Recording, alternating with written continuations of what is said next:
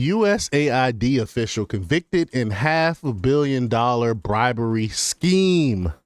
What have we been saying about USAID? What have Doge been saying about USAID? That they are corrupt. That's why we needed to stop funding them. They really don't have America's best interest at heart. This is why Doge was needed. So we're going to talk a little bit about it, but before we get started, go ahead and hit that like button, share this out so we can get this information out there. Subscribe if you're not already a subscriber, and hit that alarm bell so you know when I'm putting out new stuff. Also, check out my link tree in the description. It has a link to my Patreon. That's where I talk about things that I can't talk about here, where you can get exclusive content and a bunch of information there. Also, follow me on X and Instagram. All right, so let's get into this news now. This comes from Slay News, and they report that federal contractors and a USAID official have just been convicted of funneling over $500 million in taxpayer-funded aid to politically connected companies in exchange for bribes, cash, gifts, and even basketball tickets, the Justice Department revealed Friday. But really, does this surprise anybody? Does this surprise anybody? This is exactly why the left is caping for USAID so hard, and why they want to continue the cash flow to this entity, because they were getting away with these things under Joe Biden. Well, Frederick Watson, a now disgraced USAID contracting officer, admitted to taking more than $1 million in bribes over nearly a decade in return for awarding $544 million in foreign aid contracts to select firms that falsely claimed disadvantaged status under racial set aside rules. Again, so DEI had his hand in this as well.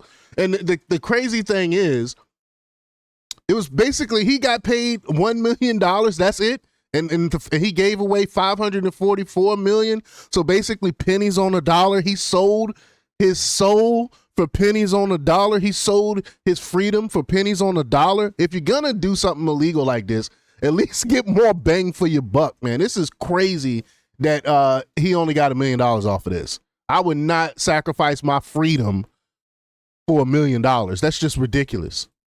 But quote, Watson exploited his position at USAID to line his pockets, say Guy FICO of IRS criminal investigations. Quote, he helped 3 company owners bypass the fair bidding process and was showered with cash and lavish gifts. The key to the scheme, a federal program known as 8A contracting, which allows agencies to skip competitive bidding and hand out contracts to businesses owned by minorities, women, or veterans. No questions asked. Again, DEI. Walter Barnes III, founder of Vistant, formerly PM Consulting Group in Maryland, bribed Watson with the cash stream, a country club wedding, and a Martha's Vineyard trip. Again, is your freedom really worth that? Vistant secured tens of millions in contracts, then passed the work to real operators behind the scenes. Barnes, who claimed disadvantaged status to win contracts on account of being black, used a taxpayer-funded public defender in court. Wow. So you made all that money. You made $1 million. That tells me that you're broke, because you made $1 million and then you hire a public defender. Really? What did you do with that $1 million, man? The judge wasn't buying it, however. Also, I guess he used it as a ploy to basically say he didn't have any money. So okay, so that's why he had a public defender. Okay. And the judge didn't buy it. Also, in on the deal was Daryl Britt, head of Washington-based Prio Inc. How did they come up with these names? Britt has scored $271 million in federal contracts since 2004. He even sat on Carnegie Mellon's business board of advisors while allegedly doling out monthly bribes to Watson for nearly a decade. When Prio got too big to qualify for set-asides, it simply teamed up with Vistant to create a fake joint venture. Oh, these people are clever, right? Vincent received the contracts, Aprio did the work, and everyone kicked back their cut except the taxpayers, right? This is the case for Doge to go in and find this fraud and stuff that's happening within our government. Almost $500 million in fraudulent fees going to these people. Quote, hundreds of payments, prosecutors said in a statement, lavish gifts, job for relatives, wow, jobs, basketball suites, it was all there. Court documents detail a deep level of corruption. In March 2018, Watson pushed through a nonprofit competitive $25.5 million contract for Vistant. The next day, a luxury suite was rented for $3,000 so Watson could enjoy a Washington Wizards game. One contract listed simply as, quote, professional management services and 8A contractor totaled $25 million. Other absurd entries, $15 million, quote, to help protect cyberspace, $204,000 for a senior advisor in Belarus, and $40 million for, quote, creation of the PDX award, whatever that is. The total, $257 million awarded and $287 million more lined up before the scheme finally collapsed. If this sounds familiar, it should. USAID has long been criticized for pouring billions into foreign aid with little oversight and less accountability. The Trump administration tried to shut it down, citing massive waste and political favoritism, and Democrats howled in protest. Senator Brian Schatz claimed only $50 million had been misused. But even if they said only $50 million, that's still taxpayer dollars.